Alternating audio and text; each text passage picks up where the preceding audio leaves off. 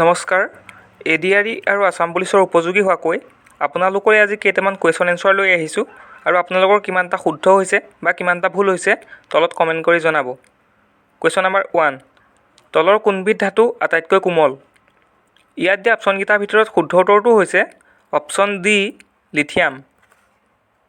Next question, Bhupen হাজৰিকাক সুধাকণ্ঠ উপাধি কোনে প্ৰদান কৰিছিল? ইয়াত দিয়া অপশ্যনকেইটাৰ ভিতৰত শুদ্ধ উত্তৰটো হ'ব option C Anandachandra Barua.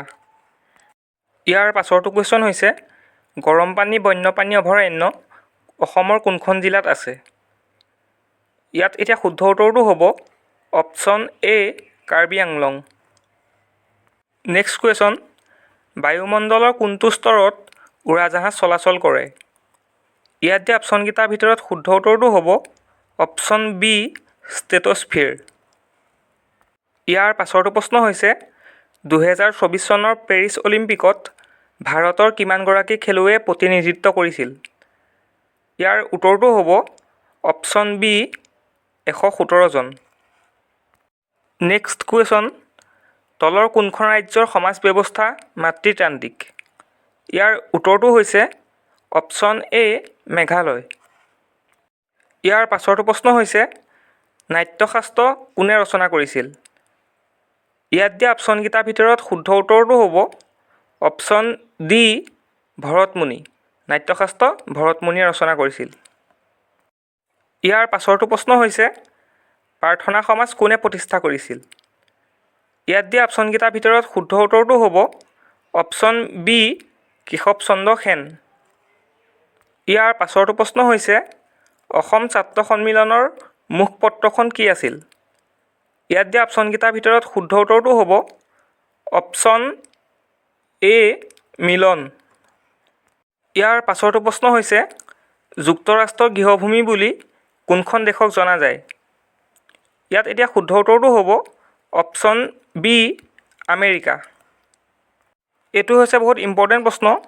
Olympic পদক লাভ কৰা প্ৰথমগৰাকী ভাৰতীয় মহিলা কোন?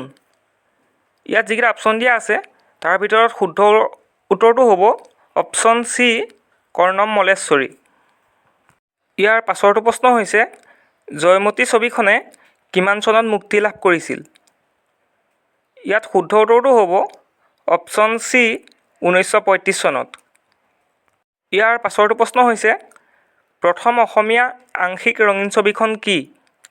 ইয়াত দিয়া অপশ্যনকেইটাৰ ভিতৰত শুদ্ধ উত্তৰটো হ'ব অপশ্যন বি শকুন্তলা। ইয়াৰ পাছৰটো প্ৰশ্নলৈ আহিছোঁ ৰিকেট ৰোগবিধ কোনটো ভিটামিনৰ অভাৱত হয়? ইয়াত দিয়া অপশ্যনকেইটাৰ ভিতৰত শুদ্ধ উত্তৰটো হ'ব অপশ্যন এ ভিটামিন ডি।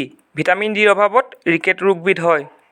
ইয়াৰ পাছৰটো প্ৰশ্ন হৈছে কৰ্কট ৰেখাডাল তলৰ কোনখন ৰাজ্যৰ মাজেৰে পাৰ হৈ যোৱা নাই? ইয়াত দিয়া অপশ্যনকেইটাৰ ভিতৰত শুদ্ধ উত্তৰটো হ'ব অপশ্যন বি অসম।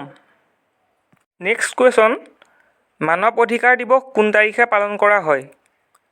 ইয়াত দিয়া অপশ্যনকেইটাৰ ভিতৰত শুদ্ধ উত্তৰটো হ'ব অপশ্যন চি 10 ডিচেম্বৰ। ইয়াৰ পাছৰটো প্ৰশ্ন হৈছে ভাৰতৰ সকলোতকৈ ডাঙৰ ৰাষ্ট্ৰীয় উদ্যান কোনখন? ইয়াত দিয়া অপশ্যনকেইটাৰ ভিতৰত শুদ্ধ উত্তৰটো হ'ব অপশ্যন বি হেমিছ আৰু এই ৰাষ্ট্ৰীয় উদ্যানখন লাডাখত অৱস্থিত। ইয়াৰ পাছৰটো প্ৰশ্ন হৈছে জয়মতী দিৱস কোন তাৰিখে পালন কৰা হয়? ইয়াত দিয়া অপশ্যনকেইটাৰ ভিতৰত শুদ্ধ উত্তৰটো হ'ব অপশ্যন বি 27 মাৰ্চ। ইয়াৰ পাছৰটো প্ৰশ্ন হৈছে আহোম ৰাজ্যৰ ইতিহাসত আটাইতকৈ দীৰ্ঘদিন ৰাজত্ব কৰা ৰজাজন কোন? ইয়াত দিয়া অপশ্যনকেইটাৰ ভিতৰত শুদ্ধ উত্তৰটো হ'ব অপশ্যন চি চুকাফা। চুকাফাক খুৰা ৰজা বুলিও জনা যায়।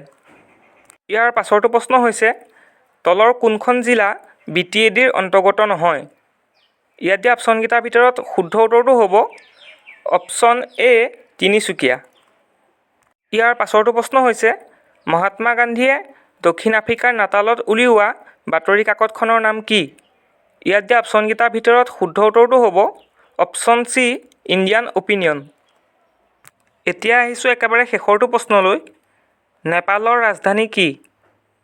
ইয়াত দিয়া অপশ্যনকেইটাৰ ভিতৰত শুদ্ধ উত্তৰটো হ'ব অপশ্যন চি কাঠমাণ্ডু।